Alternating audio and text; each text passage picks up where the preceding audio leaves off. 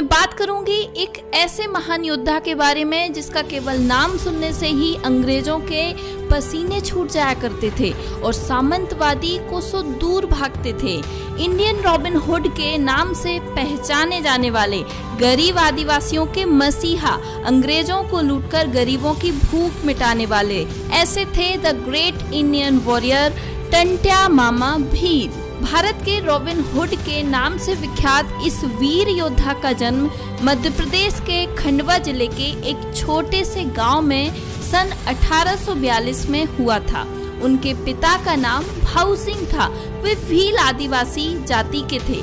घर की आर्थिक स्थिति कमजोर और अत्यंत पिछड़े हुए वर्ग में जन्म लेने की वजह से उनकी कोई पढ़ाई लिखाई नहीं हुई, लेकिन फिर भी वे चतुर और चालाक व्यक्ति थे। तीर कमान और लाठी चलाने का उन्हें बचपन से ही शौक था और इसी शौक को देखते हुए उनके पिता ने उन्हें हथियार चलाने की पूरी विद्या सिखाई, जो आगे चलकर उनके लिए एक पहचान बन गई। टंट्या मामा जब जवान हुए तो आदिवासी गरीब लोगों पर अंग्रेजों और सामंतवादियों द्वारा हो रहे अत्याचारों के खिलाफ इन्होंने आवाज उठाई, लेकिन उनकी आवाज को किसी ने नहीं सुना।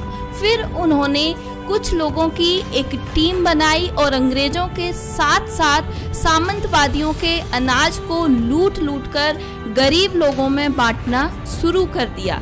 इस काम से वे लोगों के दिलों में बस गए और लोगों ने उन्हें एक नया नाम दिया, टंट्या मामा भील। और इसके साथ साथ लोगों की ये भावना बन चुकी थी कि जब तक टंट्या मामा जीवित हैं तब तक कोई आदमी भूखा नहीं सोएगा। धीरे धीरे लोग उनके साथ जुड़ते गए और सन 1857 की क्रांति में आदिवासियों की तरफ से वे हीरो बनकर सामने आए। अंग्रेजी हुकूमत इन्हें कभी नहीं पकड़ पाई और इसका कारण था जननायक टंट्या मामा भील तीर कमान, तलवारबाजी और लाठी जैसे हथियार चलाने में निपुण थे। इसके साथ साथ वे जंगली रास्तों के इतने जानकार थे कि पलक झपकते ही इधर से उधर छिप जाया करते थे और ब्रिटिश सरकार के सैनिकों के लिए इन्हें पकड़ पाना मुश्किल ही नहीं नामुमकिन था। रॉबिन हुड और जननायक टंट्या मामा भील की कार्यप्रणाली एक होने के कारण अंग्रेजों ने उन्हें इंडियन रॉबिन हुड की उपाधि दी, क्योंकि रॉबिन हुड की तरह ही टंट्या मामा अंग्रेजों के साथ साथ लुका छिपी का खेल खेला करते थे।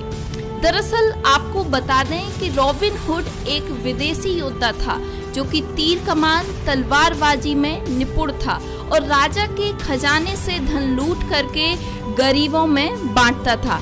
जिस प्रकार वे लोगों के दिलों में बसते गए, उसी प्रकार अंग्रेजी हुकूमत की परेशानियां बढ़ती गईं और इसका कारण था उन्हें ना पकड़ पाना।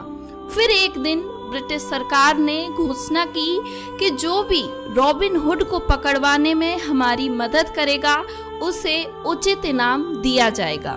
ये खबर जब उन तक पहुंची तब टंट्या मामा अपनी टीम को लेकर जंगल में जा चुके थे।